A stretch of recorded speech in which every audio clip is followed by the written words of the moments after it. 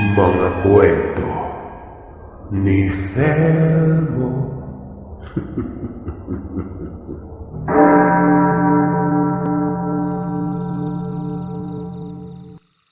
Tawagin niyo na lamang ako sa pangalang Stella. Hindi ko tunay na pangalan. Tubong Kabisayaan. Nais kong ibahagi sa inyo ang kwentong hinding-hindi ko makakalimutan at hindi ko inaasahang masasaksihan ko sa tanang buhay ko. Kabataan ko pa lamang noon. Naninirahan ako sa bahay ng tiyuhin kong tawagin na lamang natin sa pangalang Tiyo Elmer. At ang kalunos-lunos na sinapit niya sa kamay ng kanyang asawang malalaman niyo kung ano.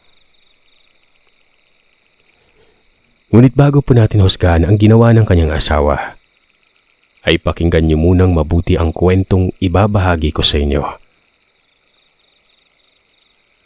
Taong 1992 nang mangyari ang kaganapang ito sa buhay ko, sa lugar ng Maguindanao del Sur. Tandang-tanda ako pa noong nasa edad 15 anyos pa lamang ako, kasalukuyang nag-aaral pa noon. Nang mga panahong yon ay magtatatlong taon na akong nakatira sa bahay ng tiyuhin kong si Tiyo Elmer, kasama ang kanyang asawang si Tia Lori. Konting pagbabalik tanaw lamang bago ako tumira sa bahay ng tiyuhin ko, nang sa ganon ay hindi kayo maguluhan sa kwento kong ito. Nung hindi pa ako nakatira sa bahay nila Tiyo Elmer, dalawa lamang sila ni Tia ang nakatira sa bahay nilang may kalakihan naman. Dahil sa marami kami magkakapatid at hindi ko ipagkakailang hikahos talaga ang aming pamilya sa pang-araw-araw na buhay. Kaya naman napagpasya ni Tiyo at Tia na isa sa aming magkakapatid ang kunin at patirahan sa bahay nila. Dahil wala naman silang anak at hirap silang mabiyayaan ito. Ako nga ang napili nilang kunin at patirahin sa bahay na yon. Pati ang pag-aaral ko, sila na rin ang sumagot. Dahil nga sa dalawa lamang silang magkasama sa bahay nila at kapag may pasok sa trabaho ang tiyo ko ay parating mag-isa na lamang si Tia sa bahay. Isa na rin yon sa dahilan kung bakit ninais ng tiyuhin ko na kunin ako. Nang sa ganon ay may makakasama ng asawa niya at hindi ito mabagot sa tuwing nag-iisa lamang ito sa bahay. Gaya ng nasabi ko ay may kalakihan ng bahay. Kahit nagawa pa lamang ito sa nipa at makakapal na kahoy na kung tawagin sa amin ay tabla, meron silang malawak na bakurang puno ng pananim na bulaklak ang unahan. At ang likuran naman, puno ng iba't ibang gulay na inaalagaan ni Tia Lori. Yun lang kasi ang pinagkakaabalahan niya sa pang-araw-araw na gawain. Sa katunayan nga po Sir Seth, nabubulok na lamang ang iba sa mga ito o kinakain ng ibang insekto at ibon, sa kadahilan ng hindi ito binibenta ni Tia. Kapag may kapitbahay naman na nanghihingi nun, ay kinakailangan pang dumaan muna sa Tiyo Elmer ko bago niya ito bigyan. Nung una ay hindi ko malaman ng dahilan kung bakit gano'n na lamang ang kinikilos ni Tia. Sa tinagal din kasi ng pagsasama nila ni Tiyo ay bibihira ko lamang siyang makitang makisalamuha sa ibang tao, maging sa aming mga kamag-anak. Madalas lamang siyang nasa loob ng kanilang bakuran at kung ano-ano ang ginagawa. Gaya nga ng pag-aalaga ng mga halaman. Mailap talaga siya sa tao at napakatipid ng emosyon ni Tia sa mukha na parabang kailangan mo pang bilhin ang mga ngiti niya. Maging ang mga kapitbahay namin noon ay pinag-iisipan na ng kakaiba si Tia Lori. Yun bang masungit umano ito? Masama ang ugali at hindi marunong makisama sa mga kapitbahay at kababaryo niya. Meron pang minsan ay pinag-aakalaan na rin siyang aswang. Bibihira lamang raw kasi siyang lumabas ng bahay noon. Sa tuwing lumalabas nga siya ay pinag-uusapan siya palagi ng mga kalapitbahay. Kaya siya lumabas na raw ang mahedera o kaya naman ay masungit at maarte. Ang iba naman ay nagbubulong-bulungang lumabas na raw sa lungga ang aswang. Sabay tumitingin sa tiyahin ko nang makahulugan. Pero magkaganon man ang usap-usapan ay wala namang pakialam si tiya sa mga ito. Dalayon sa kanya ay hindi naman totoo ang mga yon. Kuro-kuro lang. Sadyang tahimik lamang talaga siya. Samantalang si Tio Elmer naman ay kabaliktaran. Kilala ito sa baryo namin at sa tingin ko pa nga ay paborito ng lahat ng kapitbahay namin ito. Masayahin, palangiti. Magiliw pa ito kung makisalamuha sa ibang tao. Hindi mo talaga mapag-aakalang may tinatagong kung anong kademonyohan pala ang tiyuhin ko sa likod ng mabait niyang itsura at maayos na pakikisama sa iba. Dahil may kabataan pa ako noon, inakala kong biro lamang ang sinabi niya sa akin bago pa man ako lumipat ng pagtira sa kanila. Bantayan mo yung Tia Lori mo ha. Sabihin mo agad sa akin kapag may nakita kang ibang kumakausap sa kanya. Baka maagaw pa yung tiya mo sa akin eh. Mahirap na. Nakangiti niyang sabi sa akin sabay himas sa ulo ko at bahagyang ginulo ang buhok ko noon. Masaya naman akong tumugon sa kanya at sinabing huwag siyang mag-alala. Babantayan ko na maigi si tiyahin. Ako nang bahala, Tiyo. Wala makakaagaw kay tiya sa inyo. Makakaasa ho kayong sinisiguro kong hindi maagaw sa inyo si Tia Lori. Paninigurado ko sa kanya. Yun ang gusto ko. Kaya ikaw yung pinili kong kunin kaysa sa iba mong kapatid eh. Tiyak akong maaasahan kita. Pero huwag ka maingay sa tiya mo ha. Atin natin lang to. Saad pa niya. Natuwa pa ako noon dahil sa isip-isip ko ganun na lamang kamahal ni Tiyo ang asawa niya. Pero sino din ba naman ang hindi matatakot na maagawan ng asawa, di ba? Kung katulad ni Tia Lori ang asawa mo, talaga matatakot ka. Likas kasi na maganda si Tia. Matangos ang ilong at may maamong mukha. Kahit hindi katangkaran ay maputi ito at may aura siyang kakaiba na mapapatitig ka talaga sa kanya kapag makikita mo siya. Yun bang parang galing siya sa mayamang angkan. Samantalang ang tiyo ko naman ay pwede ng pagtiyagaan ng itsura. Hindi naman po sa panalait, Sir Seth, pero nagsasabi lamang po ako ng totoo. Nung tumira na nga ako sa kanila, naging maayos naman ang lahat nung una. Nakikita kong masaya naman ang pagsasama nila at mahal na mahal ni Tia ang tiyuhin ko. Kahit na madalas ay napakatipid ni Tia Lori sa kilos at pananalita na para bang iwas na iwas siya makapagsalita ng hindi maganda at makagawa ng malinon. Pero habang tumatagal, napapansin kong para bang isang mali lang ni Tia ay napagtataasan agad siya ng boses ni Tio Elmer. Madalas pa nga ay napagbubuhatan siya nito ng kamay. Kahit na sa napakaliit na bagay o pagkakamali ay napakagaan o napakabigat ng kamay ni Tio Elmer sa kanya. Naaawa na lamang ako sa tuwing nakikita ko sila sa ganong sitwasyon. Hindi naman ako makapagsalita dahil inuunahan kagad ako ni Tio. Na wag ko umanong ipagsasabi ang mga nakita ko noon. Dahil sa oras na may makaalam at pag-uusapan sila sa labas, tiyak na may kalalagyan ako. Sa bawat pangyayari ay naging tikom ang bibig ko. Natatakot akong baka may gawing hindi maganda sa akin si Tio. O kaya naman ay patigilin niya ako sa pag-aaral. Nang tumagal na nga ako sa poder nila, ay doon ko napagtantong kaya pala ganun na lamang ang kilos ni Tia.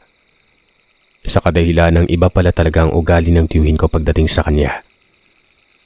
Strikto at bugnutin, parati pang nakabulyaw at nakaangil kong kausapin niya. Kaya matipid kumilos ang tiyahin ko dahil takot ito magkamalinon. May mga oras naman na malambing ang tiyuhin ko subalit sa tuwing tinatawag lang ito ng pagkasabik sa laman. Alam niyo na po siguro kung anong ibig kong sabihin. Sa oras naman na tumanggi si Tia, grabing away ang namamagitan sa kanilang dalawa. Pero hindi ito ang klase ng away na magsisigawan at magbabatuan sila ng masasakit na salita. kundi ito ang klase ng away na pagbubuhatan ng kamay ni Tio Elmer ang tiyahin kong walang kalaban-laban sa kanya. Hindi ko naman magawang makisali sa kanila sa tuwing nauulit na naman ang kaganapang yon. Dahil batid kong away mag-asawa yon. Kaya kapag nararamdaman kong nag-iinit na ang ulo ng tiyuhin ko ay nagmamadali na akong pumasok sa silid ko. Nang sa ganon ay hindi ako madamay sa gulo nila. Maririnig ko na lamang ang kalabugan at mahinang pag-ungot ni Tia Lori. Tanda na tinamaan na naman siya ng kamao ng tiyuhin ko. Ayos lang po ba kayo, Tia Lori? Minsan tanong ko sa kanya. Nang makita ko itong umiiyak sa may kusina pagka-uwi ko galing sa paaralan. Dali-dali naman siyang napapunas sa mukha niya at sinabing ayos lang siya. Subalit nang humarap ito sa akin ay nakita kong putok ang labi nito. Medyo magapa ang kanyang pisngi. Sanhi na may nangyayari sa kanyang hindi maganda. Tinanong ko naman kung anong nangyari sa kanya. Tumugon ito at matipid ng ngumiti na sinabing wala umano yon at nadulas lamang siya. Nahalata namang nagdadahilan lamang ito. Tinanong ko siya kung sinaktan na naman ba siya ni Tio Elmer. Hindi na siya sumagot pa at naghugas na lamang ng iilang pinggan sa lababo. Habang panakanak ang pinupunasan ng mga lumang pumapatak sa mga mata niya. Awang-awa na ako sa tiyahin ko noon. Nakikita ko naman kasing mabait siya at maayos ang pag-aasikaso sa tiyuhin ko. Minsan pa nga inaisip kong kung nasa tamang edad lamang ako, ay hindi ako papayag na makitang sinasaktan ng tiyuhin ko ang babaeng minamahal nito. Baka ako pa mismo ang bubugbog sa kanya sa oras na makita ko siyang saktan si Tia. Kahit na babae ako ay pipilitin ko talagang lumaban sa kanya. Kaya lang ay bata pa ako noon. At wala pang kakayahan at natatakot din ako katyuhin.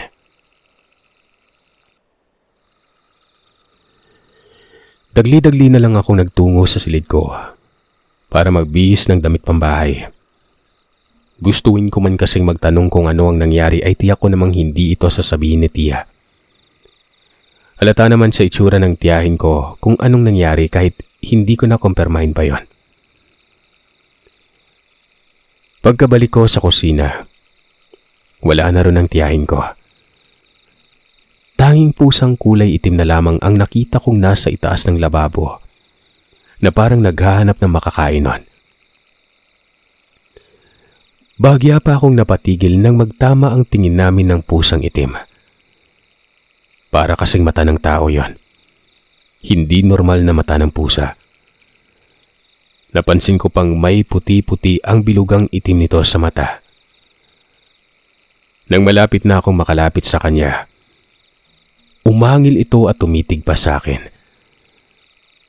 Akmang bubugawin ko na sana ito pero kusa na itong tumakbo palabas ng bahay.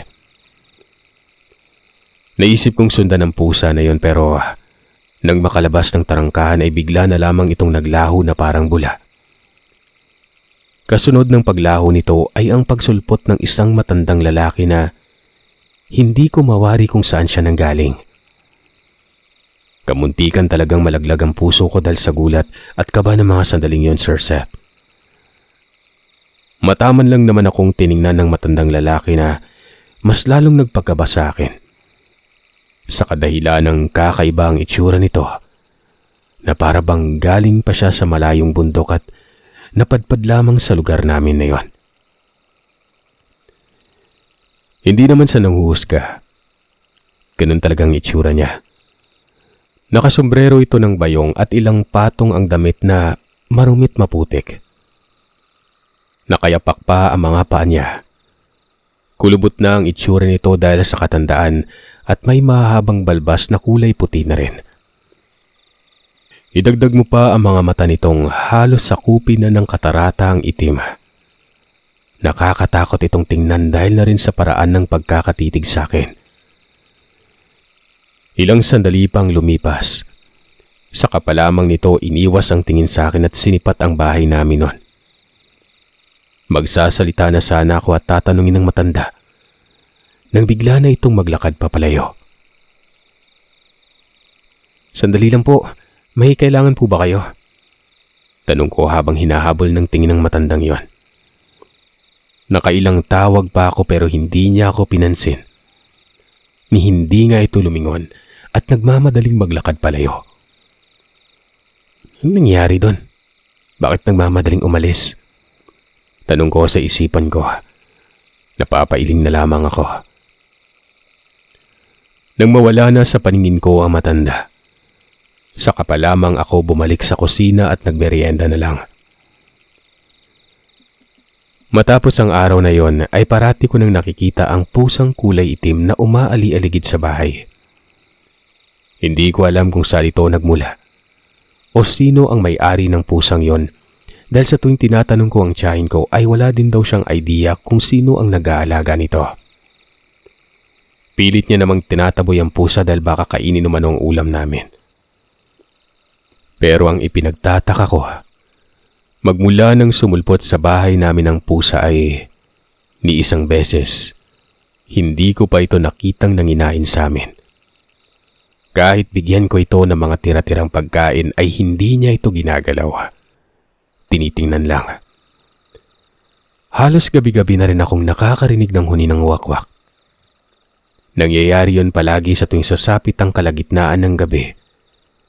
Pero sa palagay ko ay dumadaan lamang ito dahil sa malakas yon. Kaya batid kong malayo lamang ang nilalang sa amin. Hanggang sa isang hapon nun, nabutan ko si Tia sa bakuran na nagsisiga ng mga tuyong dahon. Magtatakip silim na rin kasi ng mga sandaling yon. At normal na sa probinsya ang pagsisiga kapag hapon na. Pantaboy rin kasi ng mga insekto at lamok ang usok na nalilika nito gawa ng mga tuyong dahon lamang ito. Nakita kong tahimik lamang na nakaupo sa may ilalim ng puno ng mangga si Tia Lori. Dun sa pwesto kung saan siya nagsisiga. Marahan ko naman siyang nilapitan. Bakas na bakas sa kanyang mukha ang kalungkutan at halatang may bumabagabag sa kanyang kalooban nun. Dahil sa hindi ko alam kung ano ang sasabihin ko sa kanya, minabuti kong maupo na lamang sa tabi niya at tinulungan siyang itulak ang iba pang mga tuyong dahon papunta sa nagbabagang apoy. Sandali pang namutawi ang katahimikan sa aming dalawa. Hanggang hindi na talaga ako mapakali kaya naman, tinanong ko siya kung bakit niya hinahayaan na ginaganon siya ni Tio Elmer noon. Ilang minuto siyang natahimik, kaya inisip ko na hindi na niya sasagutin ang tanong ko. Subalit makalipas ang ilang minuto ay narinig ko siyang nagsalita. Mahal ko kasi Tio Elmer mo. Tugon niya sa mahinang boses no na ikinatingin ko naman sa kanya. Doon ay nagsimula na siyang magkwento tungkol sa kanila ni Tiyuhin. Simula umano nang nagkakilala sila ay minahal na niya talaga ng lubos si Tio. Kahit na batid ni Tia noon na may iba siyang kinakasama. Si Tio umano ang nagligtas kay Tia sa kamay ng kinakasama niya noon na si Aldo. Mapanakit kasi yon, lasinggero at babaero. Parating wala sa bahay at walang pakialam kung walang makain mag-isa sa bahay si Tia. Ang importante doon sa dati niyang kinakasama ay masaya siya sa mga kabarkada niya. Impyerno daw talaga ang kalagayan ni Tia sa lalaking yon. Kaya nang dumating si Tio, pinaramdam umano ni Tio na may halaga ito at mahal na mahal niya yon. Kaya naman hindi na nagdalawang isip pa si Tia na sumama sa kanya. Nangyayain siya ni Tio na magsama dito sa lugar nila. Hindi umano kaya ni Tia na mawala ito. Kaya kahit ano ay titiisin niya. Huwag lang itong mag-iwan. Mahabang kwento niya na ipinagtaka ko naman noon. Dahil kung ganun pala ang kalagayan niya sa unang kinakasama niya ay wala itong pagkakaiba sa kalagayan niya sa kasalukuyang kasama ang tiyuhin ko. Pero Tiyang, hindi naman pwedeng ganyanin ka na lang palagi ni Tio, di ba? Kung impyerno yung buhay mo nun sa lalaking kinakasama mo, dapat wag mong hahayaang danasin pa uli sa kamay ng tiyuhin ko yon. Ang sagot naman ni Tia nun, hindi naman daw palagi. Minsan lamang umano siya mapagbuhatan ng kamay ni Tiyo. Hindi ito tumitingin sa akin at halata na namang pinagtatakpan niya ang tiyuhin ko dahil ako mismo ang nakakasaksi nun. Sa isip-isip ko ay ganun na ba kamartir ang tiyahin ko? O sa tingin niya ay bato na ang kanyang katawan? Na kahit pukpukin mo ng pukpukin ay hindi ito makakaramdam. Muli kong tinanong si Tia kung ano ang nangyari nung nakaraan dahil noong mga oras na nag-uusap kami ay hindi pa rin gumagaling yung labi niya. Wala umano yon. Nagpaalam daw umano si Tia nung nakaraan na uuwi ito sa kanila dahil nakaratay na ang kanyang ina pero nagalit umano si Tiyo. Ayaw niyang pumayag dahil malapit lamang sa tinitirahan ng mga magulang ni Tia ang bahay nila Aldo. Inisip umano nito na baka yun ang pupunta ni Tia. Sinubukang magpaliwanag ni Tia pero ayaw umano maniwala ni Tiyo sa kanya. Dagdag pa ni Tia, kailangan umano niyang makauwi sa kanila bago pa man mamatay ang kanyang ina. Dahil nung umalis umano ito doon para sumama kay Tiyo ay tutol ito na magsama silang dalawa. Kaya sigurado siyang malaki umano ang sama ng loob ng kanyang nanay. Sana man lamang umano, kahit bago ito pumanaw ay magkaayos silang dalawa. Ramdam ko talaga ang lungkot at bigat na nararamdaman ni Tia Lori ng mga oras na yon. Sinabi na lamang ni Tia na hayaan ko na lamang umano. Niyaya niya akong pumasok na gawa ng magdidilim na. Tulungan ko na lamang umano siya maghanda ng panghapunan namin nun. Tanging pagtango na lamang ang naging tugon ko sa kanya at pumanik na kami sa loob ng bahay. Habang nag-aasikaso kami ni Tia ng panghapunan, bigla na lamang kaming nakarinig ng kalabog sa may bubungan na para bang may bumagsak na kung ano ron.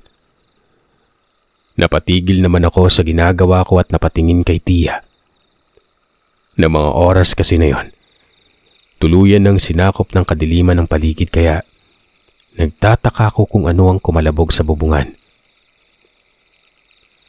Hayaan mo yan, wala lang yan, wika ni Tia habang ipinagpapatuloy ang ginagawa niya.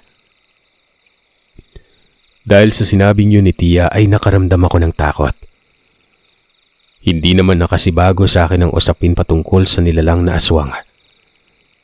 Normal na lamang yon, lalo na't nasa liblib ng baryo pa kami nakatira. Napatanong ako kay Tia kung ano yon nang makarinig ako ng kaluskos sa may bubungan. Na para bang may kung anong hayop umanok ron na nagkukutkot ng paa at parang pilit na gumagawa ng butas. Maya-maya ay bigla na lamang yung naging yapak ng pusang tumatakbo sa nipa naming bubong. Animal! Hindi talaga sila titigil hanggat hindi ako nakakauwi. Bulalas ni Tia sa naiinis na boses nun. Tinanong ko siya dahil hindi ko maintindihan kung ano ang ibig niyang sabihin. Hindi naman ito sumagot. Pinagpatuloy lamang ang ginagawa niya nun. Ilang minuto pa ang nakalipas ay nakarinig na kami ng mahinang huni ng wakwak na para bang bumubulong na lamang ito sa tenga. Napasiksik naman ako sa tiyahin ko dahil sa takot, lalo na nang mamatay ang ilaw naming gasera. Naramdaman ko ang paghigpit ng hawak ni Tia sa balikat ko. Napabuga ito ng malalim na hininga na para bang naiinis siya. Dali-dali na rin niyang sinindihan ang pang-ilaw namin dahil napakadilim ng buong paligid at wala kaming makita na anino man. Matapos niyang masindihan ang gasera, sinabihan niya akong pumasok na muna sa silid ko at tatawagin niya na lamang ako kapag tapos na siya mag-asikaso. Hindi na ako nagsalita pa. Dali-dali na lang akong tumakbo papasok sa silid ko dahil takot na takot ako noon. Saktong pagkapasok ko, nakarinig ako ng boses ng matandang tumawag sa pangalan ni Tia Lori mula sa labas ng bahay. Sumakto namang ang silid na tinutulugan ko ay matatanaw ang bakuran kapag namintana ka. Ilang sandali pa ay narinig ko ang boses ng tiyahin ko na para bang may kausap siya sa labas ng bahay. Kaya naman marahan akong sumilip sa nakaawang na bintana nun. At doon ay nakita kong may kaharap si Tia. Isang lalaki. Naaninagan kong tila ba napakaseryoso ng pinag-uusapan nilang dalawa. Yun na lamang ang huling kahilingan niya bago siya mamahinga. Pangalan mo parati ang bukang bibig niya kaya hindi ko na kaya. Ako na yung pumunta dito mismo para sunduin ka. Pagbigyan mo yung inay mo kahit isang araw lang. Rinig kong wika ng kausap ni Tia Lori. Agad na pumasok sa isip ko ang nasabi ni Tia tungkol sa kanyang ina kani-kanina lang. Nakaramdam naman ako ng awa para sa tiyahin ko. Gusto kong makatulong sa kanya kahit papano. Sino ba naman ang anak na maaatim na ganun na nga ang sinapit ng ina ay hindi man lamang ito mapupuntahan. Lumipas pa ng ilang minuto ang pag-uusap ni Tia at ng lalaking hindi ko mamukaan dahil sa may suot itong sombrerong bayong. Pero nang papaalis na ang lalaki at natamaan ito ng sinag ng liwanag ng buwan, ay napakunot ang noo ko at nakaramdam ako ng kaba. Dahil ang matandang kausap ni Tia Lori ay ang matandang nakita ko sa labas ng tarangkahan namin noong nagdaang araw. Bago pa man ito tuluyang umalis ay muli itong lumingon sa kinapepwestuhan ng tiyahin ko. Kasunod nun ay sa isang kurap lamang ng aking mga mata, naglaho na lamang bigla ang matanda. At tanging pusang kulay itim na lamang ang nakita kong tumatakbo papalayo sa bahay namin. Nanlaki ang mga mata ko at abot-abot ang kabang nararamdaman ko habang pinagmamasdan ng pusang papalayo nun. Maya-maya lang din naman ay narinig ko ng papabalik si Tia pero sa pagbalik niya ay narinig ko na rin ang boses ng tiyuhin kong nagagalit na naman. Sino yung kausap mo sa labas ha? Gabing-gabi na kumakarengking ka pa. Hindi ka talaga marunong magtanda, Lori. Timbagang nawika ni Tio nun. Wala akong kausap. Ano ba, Elmer? Mahinang tugon ni Tia. Magsasalita pa sana ulit ito nang sampalin na siya ng tiyuhin ko. Hindi ko man nakita ang pagsampal na ito, pero rinig na rinig ko yon. Ang malakas na tunog nito ang lumapat sa pisngi ng tiyahin ko. Nang gabing yon ay doble-dobling awa at pagkahabag ang nararamdaman ko para kay tiyahin. Hindi pa nga magaling ang labi niya ay nadagdagan na naman ito. Kaya naman naging buo ang desisyon ko ng gabing yon, na kung sakali mang humingi ng tulong sa akin si tiyahin, gagawin ko lahat matulungan ko lang siya.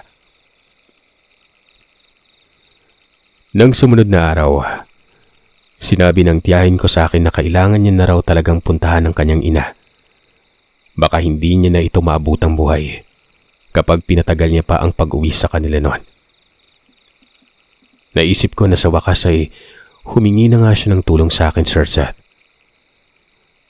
Mabuti na lamang at may ipon akong konting pera noon na naitatabi ko sa sobrang perang ipinapambaon ko sa eskwela. Kahit na maliit lang na halaga yon, ibinigay ko ito sa tiyahin ko. Nang sa ganon ay madagdagan man lamang ang perang hawak niya. Laking pasasalamat niya at sinabing ibabalik niya ang pera ko kapag nakabalik na siya galing sa kanila. Sa isip-isip ko noon, kahit wag na, basta't wag niya na ring balikan ang tiyuhin kong pinagbubuhatan siya ng kamay dahil hindi ko na talaga kaya pang nakikita siyang may pasa, galos o putok ang bibig sa araw-araw. Tiyang, kung sakali mang maisipang mong wag nang balikan ng tiyuhin ko, gawin mo po ng walang pag-aalinlangan. Ang mga katulad ng pag-uugali ni Tio Elmer, hindi nararapat na bumuo ng pamilya. Kaya ikaw, Tiyang, pag-isipan mo po munang mabuting lahat kung ano ba talagang dapat mong gawin. Huwag puro puso yung sundin niyo, Tiyang. Minsan, hindi niya magdadala sa inyo sa kapahamakan. Alam kong wala akong karapatang sabihin sa kanya ang mga bagay na yun, pero dala ng awang nararamdaman ko ay hindi ko mapigilang makialam kahit sa batang edad ko na yon. Samantala, nang makahanap ng tiyempo si Tia para makaalis sa bahay nang hindi nalalaman ng tiyuhin ko, itinaon niya itong may pasok ako sa paaralan at may pasok sa trabaho si Tio. Nang sa ganon ay hindi ako madamay pa sa kanilang dalawa at hindi ako pag-initan ng ulo ni Tio Elmer. Kaya naman nang makauwi ako galing sa eskwelahan, wala na si Tia Lori. Hindi ko alam kung ano ang sasabihin ko noon sa tiyuhin ko. Kabadong-kabado ako dahil tiyak ako ang pagbubuntungan niya ng galit. Pagka-uwi ni Tio kinagabihan ay hindi nga ako nagkamali noon. Galit na galit itong hinanap ang Tia. Nang sabihin ko sa kanya na hindi ko alam at nadatnan ko na lamang din na walang tao ang bahay ay hindi siya naniniwala sa akin. Maging ako ay napagbuhatan na niya ng kamay at pinahanap niya sa akin ang tiyahin ko sa buong baryo. Huwag umano akong uuwi agad hindi ko nahanap at napapabalik ang tiya ko na yon. Inabot na ako ng hating gabi sa labas ng bahay. Nagpasya na lamang akong umuwi dahil may pasok pa ako sa paaralan kinabukasan. Grabe ang takot na nararamdaman ko sa tiyuhin ko ng mga oras na yon. Sa akin niya talaga ibinuntong ang lahat ng galit niya. Putok ang labi at namaga agad ang pisngi ko dahil sa ginawang pagtampal sa akin ng malakas ni Tio Elmer. Galit na galit nitong sinabing baka sinusulsulan ko ang tiyahin ko na iwan siya. Kaya umalis yun ng walang paalam. Huwag niya lang umanong malaman-laman na may kinalaman ako dahil sisiguraduhin niyang may kalalagyan ako noon.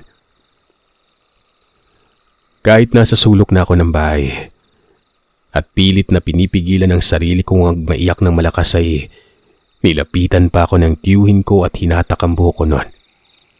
Kinaladkad papunta sa kusina kung saan naroroon ang nagbabagang apoy na ginawa ko dahil sa pinagsasaing niya ako ng makakain namin pagka-uwi ko. Grabe ang takot at kaba ko talaga. Halos hindi ako makahinga nang mapagtanto ko kung ano ang gagawin sa akin ni Tio. Susunugin niya ang mukha ko noon sa kadahilan ng papalapit na kami ng papalapit sa lutuan. Pero bago pa man tuluyang magawa ng tiyuhin ko sa akin ang balak niya, narinig ko ang boses ng tiyahin kong nagmamadaling papalapit sa amin. "Elmer, anong ginagawa mo sa bata?" Bulyaw niyang tiyahin ko at dali-dali akong hinatak palayo sa tiyuhin ko noon. Dahil sa takot na naramdaman ko ay napayakap ako ng mahigpit kay Tia. Narinig ko ang pagtawa ni Tio na parang nasisiraan na ng ulo. "Akala ko tuluyan ka nang umalis eh. Sabi na nga ba, hindi mo kaya nang wala ako." Nilapitan nito ang tiya ko sabay hawak nito sa braso niya. Hinila palapit sa kanya. "Pwede ba, Elmer? Huwag mo idamay si Stella sa kabaliwan mo. Lasing ka lang."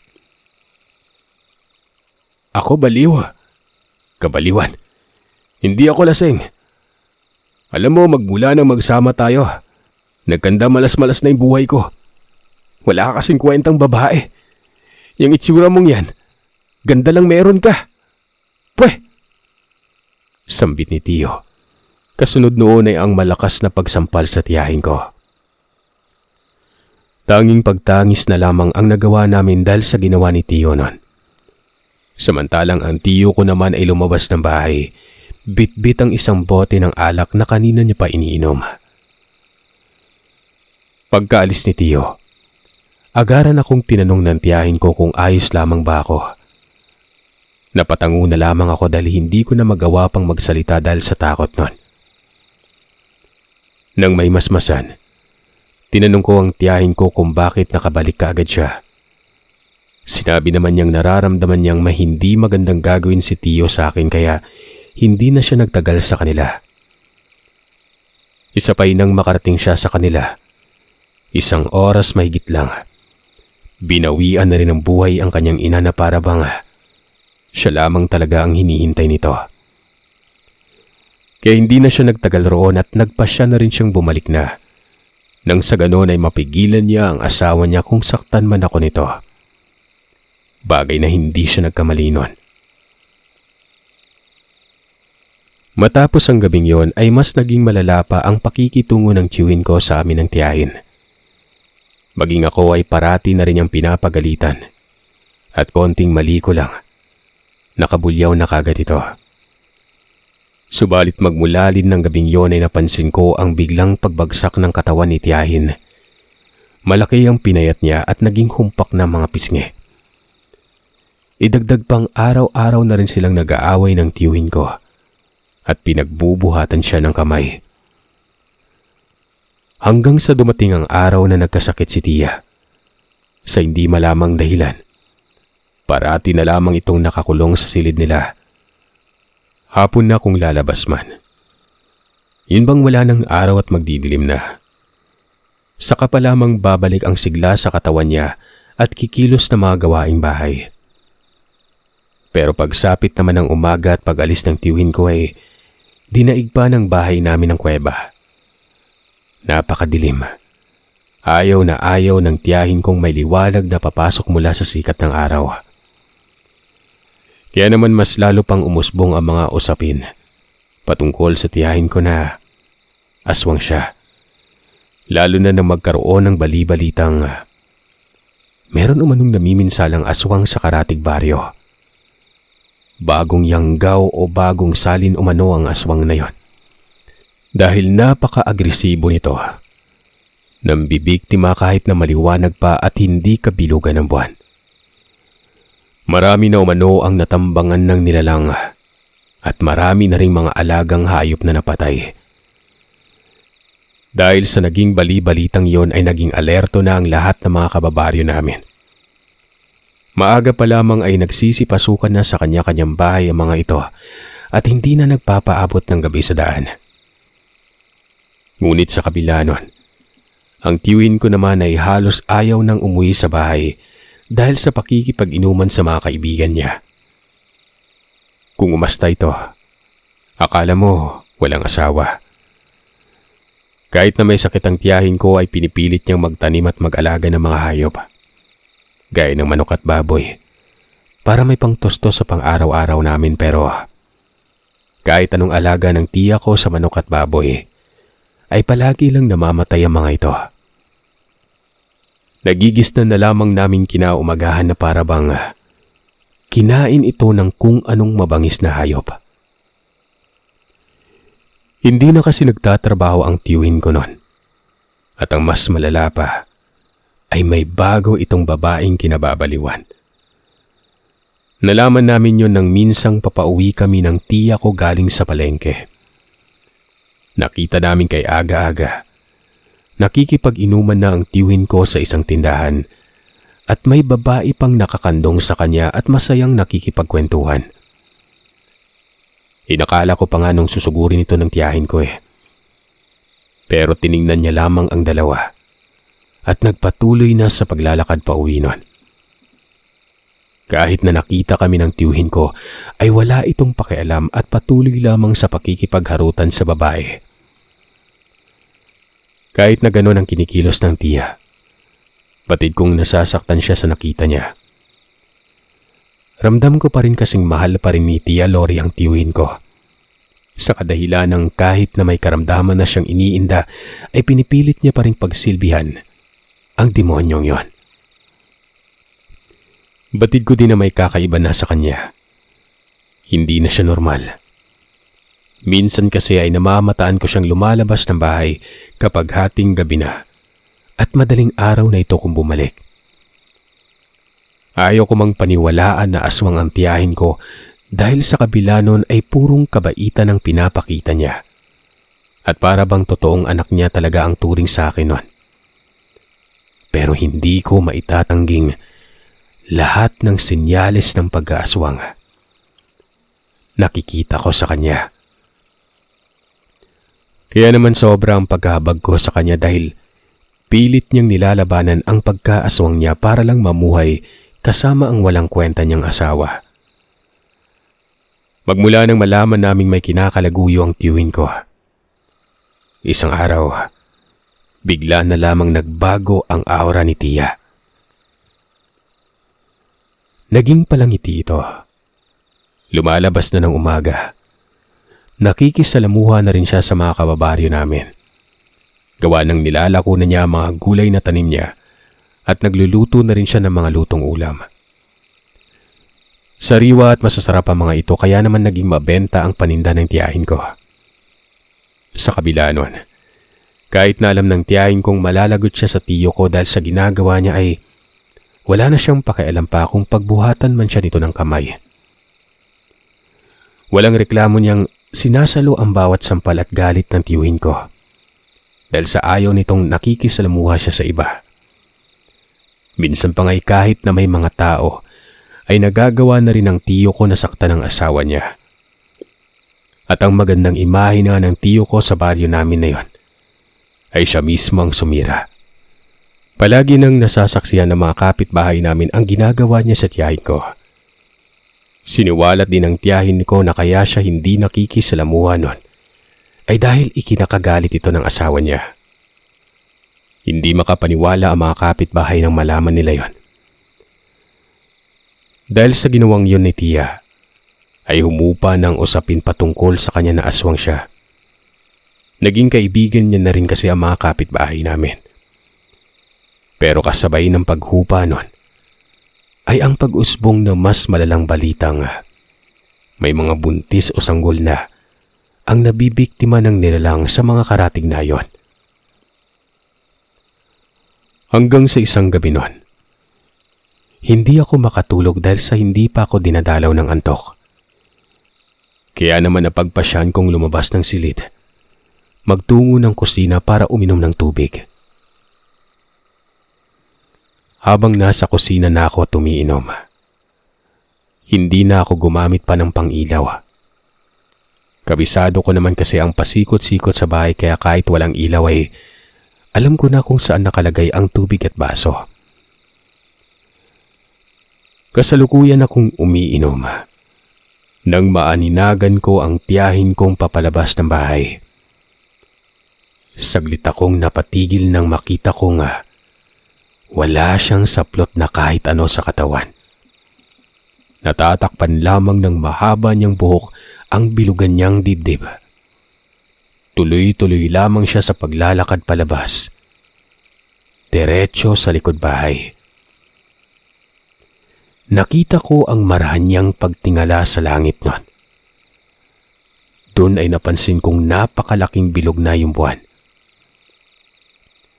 Ilang sandali pa, nakita kong lumuhod sa lupa ang tiya ko at dumampot ng lupa't ipinahid ito sa buong katawan. Pakiwari ko pa nga noon alam mo na, parang may ginagawang malaswa ang tiyahin ko pero hindi pala. Pagkaraan lamang ng ilang minuto, may makakapal na balahibo ang nagsilabasan sa buong katawan niya. Kasunod noon ay narinig ko ang mahihinang pag-angil at tila ba asong nagpupumilit sumuka. Parang baliwang tiya kung kinakamot ang buong katawan. Batid kong wala pa ang tiyuhin ko sa bahay ng gabing yon. Kaya naman marahan akong sumunod sa tiyahin ko dahil sa kuryosidad na nararamdaman ko. Hindi ko alam kung bakit hindi ako nakaramdam ng takot na mga sandaling yon. Mas nanaig sa akin na malaman kung ano ang gagawin ng tiyahin ko. Maya-maya pa, nababalutan na ng makakapal na buhok ang katawan niya. Hindi na itong mukhang tao. Nagsiabaan na rin ang mga daliri niya sa kamay at kukunon. Hindi ko makita ang harapang itsura niya dahil nakatalikod to sa akin. Kaya sa palagay ko ay hindi niya ako napapansin. Matapos makapagpalit ng anyo, nagtatatakbo na ito pasuot sa kagubatang hindi kalayuan sa likod ng bahay.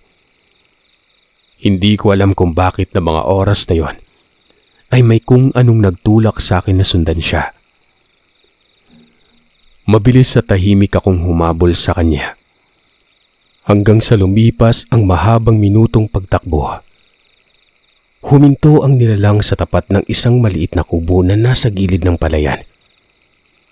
Nagaangil na nakatitig lamang sa kubo ang tiyahin kong nasaan yung aswang. Nang sipatin kong maigi ang kubo ay napansin kong may tao ron. Pero ang mas ipinagtataka ko ay naririnig ko ang boses ng tiyo ko at boses ng isang babae. Napakiwari ko ay naglalaro ng apoy. Rinig na rinig ko ang halinghingan ng dalawa at maingay ang babaeng yon. Dahil doon ay nagtayuan ang mga balahibo ko sa katawan. Napatakip na lamang ako sa tenga. Makalipas pa ang ilang sandali ay nakita kong lumabas na ng kubo si Tiyo. Hindi nito inaasahan ang nilalang na naghihintay sa labas. Gulat na gulat ito. Akmang papasok pa sana ulit sa loob ng kubo. Nang walang ano-ano'y bigla na siyang sunggapan ng nilalang at walang habas na nilapanon. Hindi na nagawa pang manlaban ng tiyuhin ko dahil sa mabilis na pagkilos ng nilalang. Tanging hiyawan at sigawan na lamang ang naririnig ko noon. Pero kahit anong sigaw at pag-iingay ang gawin nila, walang nakakarinig sa kanila. Dahil bukod sa kubo na yon, ay wala nang ibang kabahayan pa sa lugar na yon.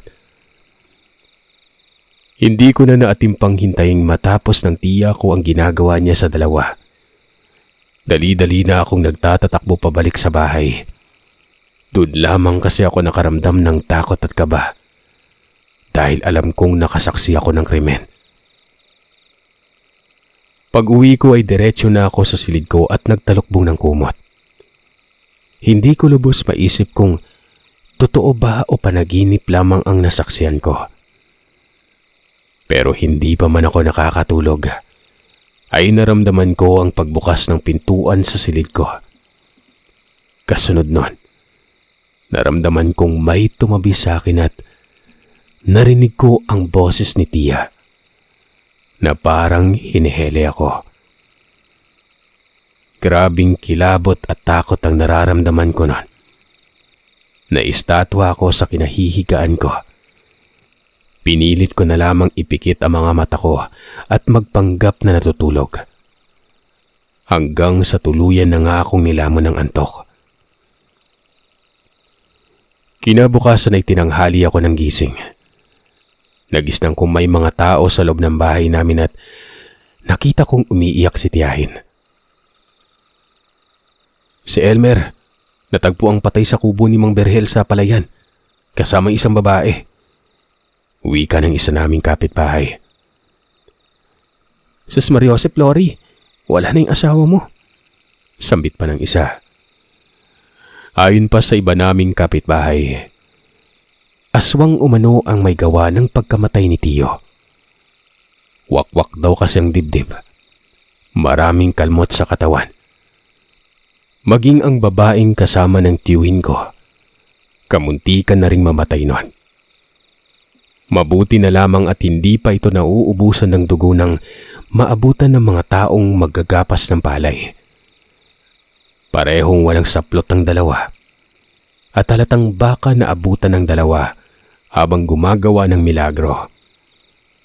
Naagapan na nga't naisugod sa ospital ang babae pero tulala na lamang ito at hindi na nagsasalita pa dahil sa nangyari. Samot-saring komento ang nasabi ng mga kababari namin dahil sa sinapit ng Tiyo Elmer ko at ng babaeng kalaguyo nito. Pero sa kabila nun, Labis na pagdadalamhati ang nakita ko sa tiyahin ko. Lalo na nang madala na sa bahay ang bangkay ng tiyuhin. Marami ang nakiburol at nakiramay sa pagkamatay ni Tiyo. Subalit walang kaalam-alam ang mga ito na ang tiyahin ko ang may kagagawan ng kalunos-lunos na sinapit ng asawa niya.